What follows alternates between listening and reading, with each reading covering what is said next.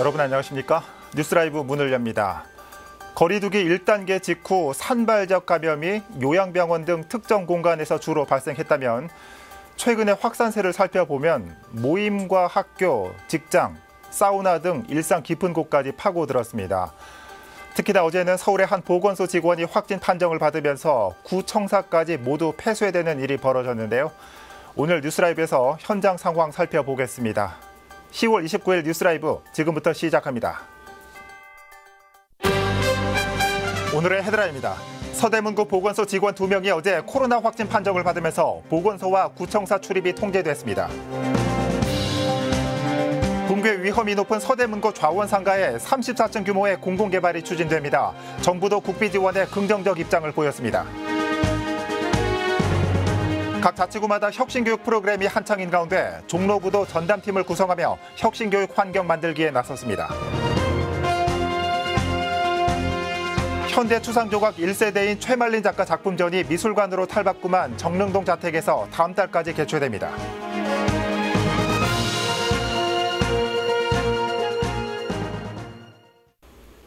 코로나19 소식입니다. 어제에 이어 오늘도 신규 확진자가 3자릿수를 기록했습니다. 일부 요양시설이나 병원을 중심으로 확산되더니 점점 우리 생활권 곳곳으로 감염이 이어지고 있습니다. 보도국 연결해 봅니다. 이주엽 기자. 네, 보도국입니다. 네, 오늘은 신규 확진자가 125명으로 확인됐습니다. 코로나19 발생 동향 자세히 정리해 주시죠. 네, 29일 0시 기준 코로나19 전국 신규 확진자는 125명 발생해 누적 확진자는 26,271명으로 집계됐습니다. 서울에서는 36명의 신규 확진자가 나왔습니다. 신규 확진자 중 국내 발생은 106명, 해외 유입 사례는 19명이고 사망자는 1명 늘었습니다. 추석과 한글날 연휴 이후 일부 요양시설과 병원을 중심으로 확산세가 이어졌지만 점점 시민들의 생활 영역 곳곳에서도 감염 사례가 나오고 있습니다. 강남구 도곡동에 있는 럭키 사우나에서 최소 8명의 확진자가 확인됐습니다. 사우나는 마스크를 쓰기가 어렵고 온도와 습도가 높아 감염 취약 지역으로 꼽히는 중 하나입니다. 강남구청은 현재 접촉자를 중심으로 역학조사를 진행 중입니다. 또 지난 18일부터 26일까지 해당 사우나를 방문했던 시민들에게 오는 30일까지 보건소로 방문해 검체 검사를 해줄 것을 당부했습니다. 이외에도 서대문 보건소에서 근무하는 직원 2명이 확진 판정을 받아 보건소가 폐쇄됐고 강서구 일가족 모임과 구로구 일가족 모임, 또 구로구 일가족 모임에서 전파된 발레학원 감염까지 생활권 곳곳에서 크고 작은 집단 감염이 확인됐습니다. 지금까지 보도국에서 전해드렸습니다. 네, 이주엽 기자 수고했습니다. 코로나19 발생 상황 살펴봤습니다.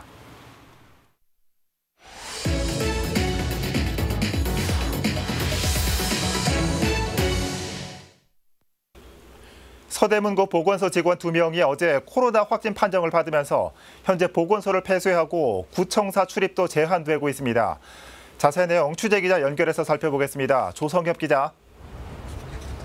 네, 저는 지금 서대문구 보건소 앞에 나와 있습니다. 네, 서대문구 보건소 직원 2명이 코로나19에 감염됐다는 소식 먼저 자세히 전해주시죠. 그렇습니다. 서대문구는 어제 오전 보건소 직원 2명이 코로나19에 감염됐다고 밝혔는데요. 이들 중 한 명은 보건소 외부에서 기존 확진자와 접촉해 코로나19에 걸린 것으로 확인됐고요. 다른 한 명은 증상이 나타나자 검사를 받은 결과 확진 판정을 받은 것으로 알려졌습니다. 해당 직원 2명 모두 선변진료소에 출입하거나 코로나19 관련 현장 업무를 담당하지는 않았던 것으로 나타났습니다. 즉 주민과 접촉하는 대민 업무를 맡지는 않았던 것으로 보입니다. 근무한 2명은 서로 다른 층에서 근무한 것으로 알려지고 있습니다. 현재 보건소는 폐쇄됐고 이 서대문 구청사 역시 출입 제한이 계속되고 있는 겁니까? 네, 어제 오후 1시를 기해 보건소는 전면 폐쇄됐고요. 보건소 안팎을 방역 소독했습니다. 더불어 보건소 직원 150여 명을 상대로 코로나19 검사 중인데요. 검사와 역학조사 결과에 따라 보건소 업무 재개 여부를 결정할 방침입니다. 다만 확진자들이 선별진료소 근무자들이 아닌 만큼 선별진료소는 지금 정상적으로 근무 중입니다. 서대문구는 구청사 방문도 자제를 요청했는데요. 보건소와 구청사는 길 하나를 사이에 두고 불과 20여 미터 떨어져 있기 때문에 상관관계가 있을 수도 있다는 판단에 따른 것입니다. 특히 구청 직원들이 보건소 직원과 왕래가 많은 만큼 구청 내 직원 전파 가능성도 지켜보고 있는 상황입니다. 지금까지 서대문구 보건소 앞에서 전해드렸습니다. 네, 조성엽 기자 잘 들었습니다. 민원인들과 진료 받으시는 분들이 많이 찾는 곳인데 서대문구 주민 여러분은 특히 참고하셔야겠습니다. 서대문구 보건소 연결해 봤습니다. 자, 한편 용산구는 지난 5월 이태원발 코로나19 확산으로 아직도 큰 홍역을 치르고 있습니다. 이번에는 헬로윈 데이를 앞두고 인파가 몰려들 것으로 예상되면서 노심초사하고 있습니다. 민관이 방역 대책을 공유하고 협의하는 연석회의가 마련됐습니다. 이 소식은 지혁배 기자가 전해드립니다.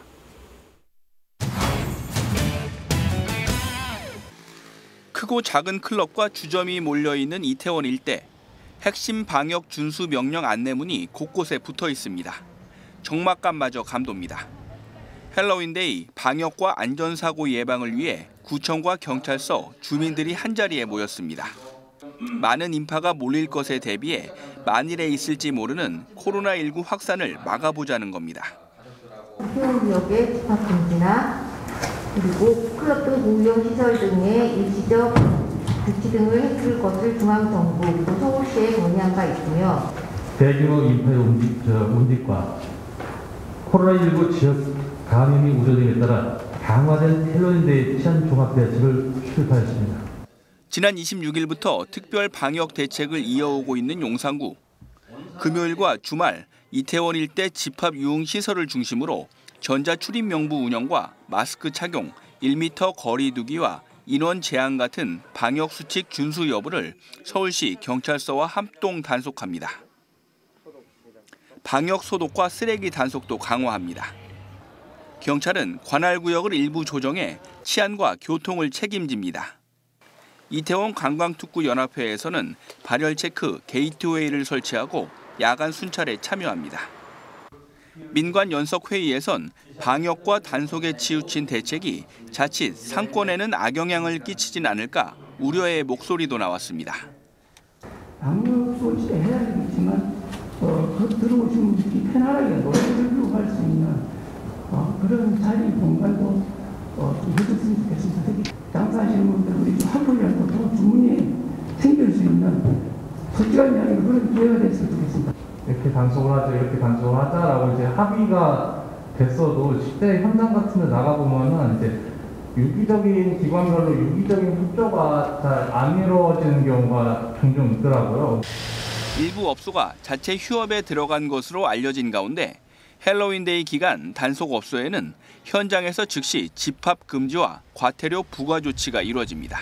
딜라이브 서울 경기 케이블 TV 지역배입니다.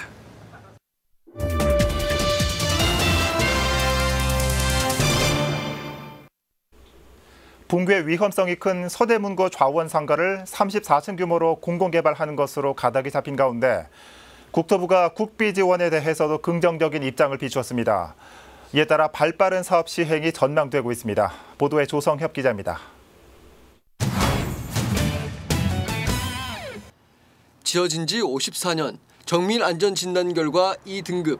붕괴 위험이 큰 만큼 100여 명의 주민들은 당장이라도 이주를 해야 하는 상황입니다. 저녁 되면 막 쫙쫙 썰어가 봐.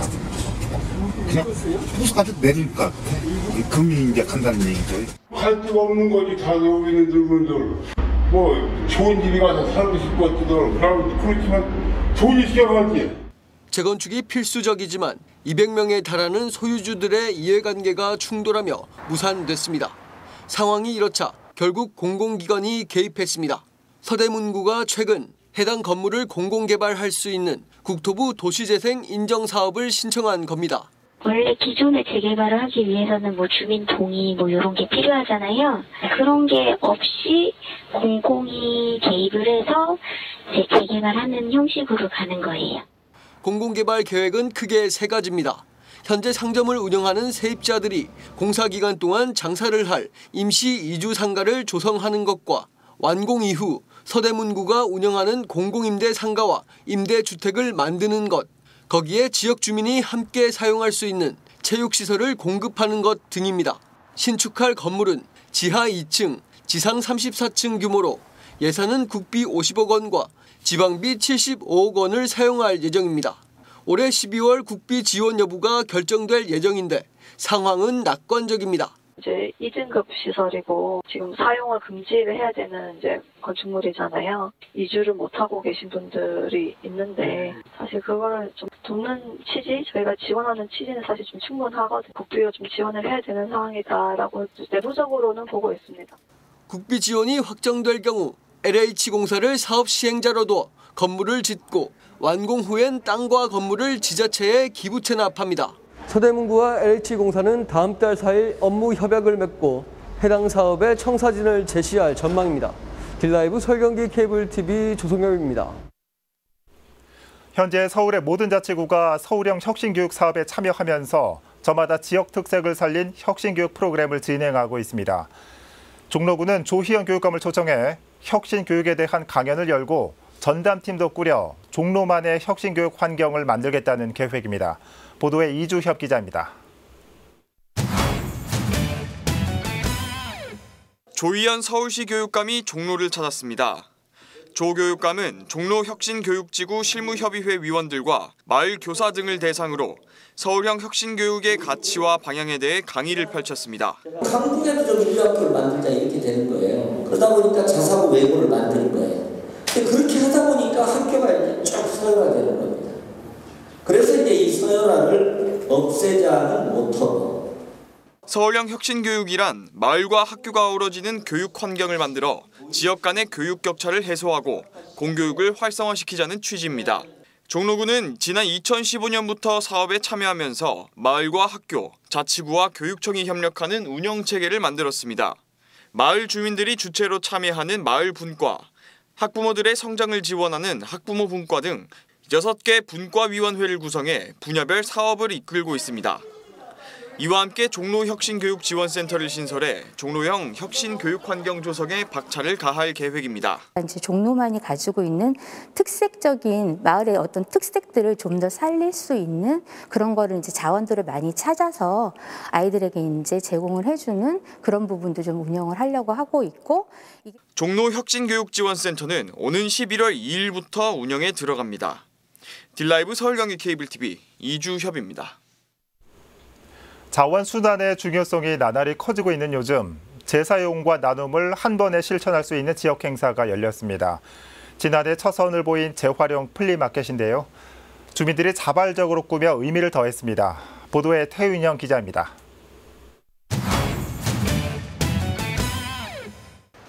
일정한 간격을 두고 돗자리들이 깔렸습니다. 판매자의 체온 측정은 기본, 본격적인 판매가 시작되자 하나둘 주민들이 모여들기 시작합니다. 재사용과 나눔을 함께 실천할 수 있는 재활용 플리마켓입니다. 물려있기 좀 사이즈 안 맞는 것들은 버리기가 좀 아까워서 일단은 모아뒀는데 그거를 팔면 좋을 것 같고 저렴하게 나눌 수 있으면 좋을 것 같아가지고 참여하게 되었어요.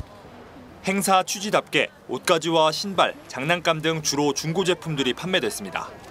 행사장 한편엔 다 쓴 아이스팩을 방향제로 만들어보는 업사이클 체험장도 마련됐습니다. 재사용이 안 되는 폐기한 아이스팩이 있잖아요. 그런 이제 아이스팩은 그냥 폐기를 안 하고 저희가 방향제로 재탄생을 해서 자원 재활용에 앞장서고 있습니다. 지난해 첫 선을 보인 재활용 플리마켓. 관이 아닌 지역 주민들이 행사를 이끌어 의미를 더했습니다. 우리 엄마들, 회원들은요, 거의 다 집에서 살림하는 주부들이에요. 이 주부들이 모여서 무언가 하나 이뤄내자, 뭔가 만들어내자 이런 마음으로 의인을 해보자고 해서. 주민들은 우선 다음 달 9일 구청 청사에서 재활용 플리마켓을 한 번 더 개최할 예정입니다. 내년에는 코로나19 상황을 고려해 월에 한 번씩 행사 횟수를 늘려갈 계획입니다. 한편 재활용 플리마켓을 통한 판매 수익금 일부는 연말 취약계층을 위해 쓰입니다. 딜라이브 서울 경기 케이블 TV 태윤영입니다. 우리나라 현대의 추상 조각을 대표하는 최말린 작가 작품전이 성북구 정릉동 최말린 미술관에서 열리고 있습니다. 원로 작가가 평생을 다해 탄생시킨 명작들이 선보이고 있습니다. 현장에 박선화 기자가 다녀왔습니다. 성북구 정릉동에 위치한 최말린 미술관. 지난 2018년 성북구가 최말린 작가의 자택을 매입해 공공미술관으로 조성한 곳입니다. 최말린 작가는 한국 추상 조각의 개척가로 불립니다. 그가 걸어온 길이 곧 우리나라 현대 조각의 역사라 해도 과언이 아닙니다. 전 하나의 그냥 작은 예술인의 역할이지만은 저는 여기서 제가 의시될 생각은 없어요. 한 조각에 그냥 그런 역할만 내가 할 수가 있구나. 약 1년간의 임시 개관 기간을 거쳐 지난 6일부터 정식 개관을 맞은 최말린 작가 기념전. 그가 추상 조각에 빠져들게 된 1965년 서양식 조각에 심취한 한국 작가는 자신의 정체성에 대해 고민하기 시작했습니다. 작품 2부는 마음속 뿌리를 찾기 위해 상념하던 작가의 심경을 엿볼 수 있는 작품입니다. 생명 본질을 주제로 한 작품 태, 비움과 채움, 현실과 이상을 표현한 작품 영, 소박하지만 심오하고 간결하면서도 자유로운 작가의 인생관을 담았습니다. 최말린 작가가 1960년대 말에 작업했던 이제 흙으로 빚어서 테라코타 기법으로 만들었던 태와 상 이런 시리즈 작품들이고요. 이런 작품들을 통해서 최말린 작가가 추상 세계로 진입했다고 보실 수 있겠습니다. 더장이란 칭호가 아깝지 않지만 배움의 여정은 끝나지 않았다고 답하는 최말린 작가. 그가 평생을 다해 탄생시킨 조각 33점 등 명작은 다음 달 28일까지 최말린 미술관에서 만나볼 수 있습니다. 딜라이브 서울 경기 케이블 TV 박선아입니다.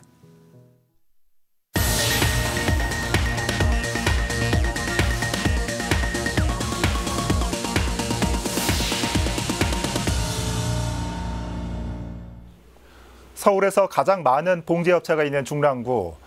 올 초 봉제업체가 함께 참여해 공동 브랜드 포플을 만들었죠. 포플의 2020 FW 컬렉션이 선을 보였습니다. 천서연 기자입니다. 중랑구 패션 봉제 공동 브랜드 포플이 또 한 번의 컬렉션을 선보였습니다. 이번에 공개된 컬렉션의 테마는 러브 이치 어더.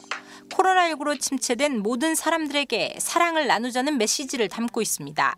남녀노소 누구나 입을 수 있는 유니섹스 캐주얼 라인으로 겨울 코트와 패딩, 후드와 팬츠 등 20가지 스타일로 구성됐습니다. 관과 같이 소통을 할 수 있는 새로운 브랜드를 만들었다고 보시면 되고요. FW 시즌, 이번 시즌을 다시 기획을 하게 됐고 전에 하셨던 분들보다도 더 많은 업체들이 참가하시면서 저희 포플을 더 크게 만들기 위해서 여러분들이 같이 협업을 하고 계십니다. 이번 컬렉션의 총괄은 중랑구가 맡아 진행됐습니다. 기획부터 상품 개발, 판로 구축까지 구가 주축이 돼 만들어진 것입니다. 유명 디자이너와 스타일리스트를 참여시켜 디자인을 개발하고 그 상품의 임가공을 중랑구 내 봉제업체가 담당하는 방식으로 설계했습니다. 현재는 구내 봉제업체 10여 곳이 포플 제조에 참여하고 있습니다. 네, 현재 중랑구에 많은 봉제업체들이 있는데 대부분 굉장히 영세하고 그냥 임가공 위주로 생산을 이제 진행하고 있어요. 저희가 이제 지역에 공동 브랜드를 만들어서 이제 이슈화 시키고 성공을 시키면 지속적으로 일감이 발생을 하고 그러면은 이분들께 또 이제 일감들도 많이 이제 드릴 수 있고. 한편 포플의 FW 컬렉션은 포털 사이트를 통해 2주간 판매됩니다. 다음 달 5일까지 선 주문이 진행되며 사전 예약 구매 고객은 20%를 할인받을 수 있습니다. 또한 중랑구는 포플을 위한 다양한 노력을 이어갈 예정입니다. 향후 아동복과 남성복 등 포플의 라인업을 보강하는 한편 팝업 스토어 형식의 오프라인 판매도 고민하고 있는 것으로 알려지고 있습니다. 딜라이브 서울 경기 케이블 TV 천선입니다. 제17회 딜라이브 케이블 TV기 초등학교 야구대회에서 화곡초등학교가 대회 정상에 올랐습니다. 전통 강호인 중대초등학교를 상대로 공수 양면에서 맹활약을 펼치며 팀 역사상 처음으로 우승패를 거머쥐었습니다. 그 치열했던 결승 현장을 카메라에 담았습니다. 박영찬 기자입니다. 제17회 딜라이브 케이블 TV기 초등학교 야구대회에서 화곡초등학교가 대회 정상에 올랐습니다. 화곡초는 결승에서 맞붙은 중대초를 공수 양측에서 압도하며 팀 역사상 처음으로 대회 우승패를 끌어안는 쾌거를 달성했습니다. 1회 초 화국 선발로 나선 김민재의 탈삼진을 시작으로 김주혁과 양하준, 임종호, 정지우를 필두로 한 화국 타선이 중대 마운드를 맹폭격하며 6대1 대승을 거뒀습니다. 2회 말 화국 정지우가 우익 중앙을 찌르는 안타로 화국 타선에 불을 붙인 데 이어 3회 말 화국 양하준이 2타점 적시타를 뿜어내며 경기 초반부터 중대 수비진을 압박했습니다. 4회엔 화국 김주혁과 임종호가 연이은 좌익 내야 안타로 2점을 추가하며 압도적인 화력을 선보였습니다. 타선의 활약에 힘입은 화국의 마운드와 수비진도 중대의 공세를 막아내는 호수비를 펼쳤습니다. 1회 초 화국 선발 김민재의 탈삼진을 시작으로 4회 선발에 나선 송태환이 2개의 삼진을 잡는 데 이어 내야와 외야가 촘촘한 수비를 선보이며 팀 승리에 힘을 보탰습니다. 집중해서 잘해서 우승한 것 같아요. 우승 축하하고 고마워. 다 같이 열심히 해서 고마워. 추울 때나 여름에 더울 때나 믿고 잘 따라줬고 땀을 했던 게 결과로 보답받아서 참 고맙게 생각하고 있습니다. 중대초는 이날 경기에서 선발 최은찬과 류호연의 호투 속에 5회 초 김시영이 솔로 홈런을 뽑아냈지만 승부를 뒤집는 데는 역부족이었습니다. 대회 기간 동안 6개의 홈런을 기록한 중대초등학교 김시영 선수는 대회 홈런왕에 등극하며 존재감을 드러냈습니다. 딜라이브 서울경기 케이블TV는 최선을 다한 선수들에게 감사의 메시지를 전하는 한편 한국 야구 발전을 위해 지속적으로 노력해 나갈 계획입니다.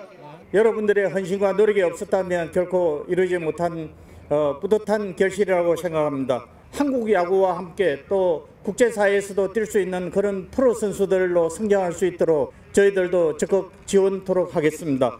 초등 야구의 산실 딜라이브 케이블 TV기 초등학교 야구대회는 한국 야구의 밑거름인 유소년 야구 인재 육성을 지원해 나갈 계획입니다. 딜라이브 서울경기 케이블 TV 박영찬입니다.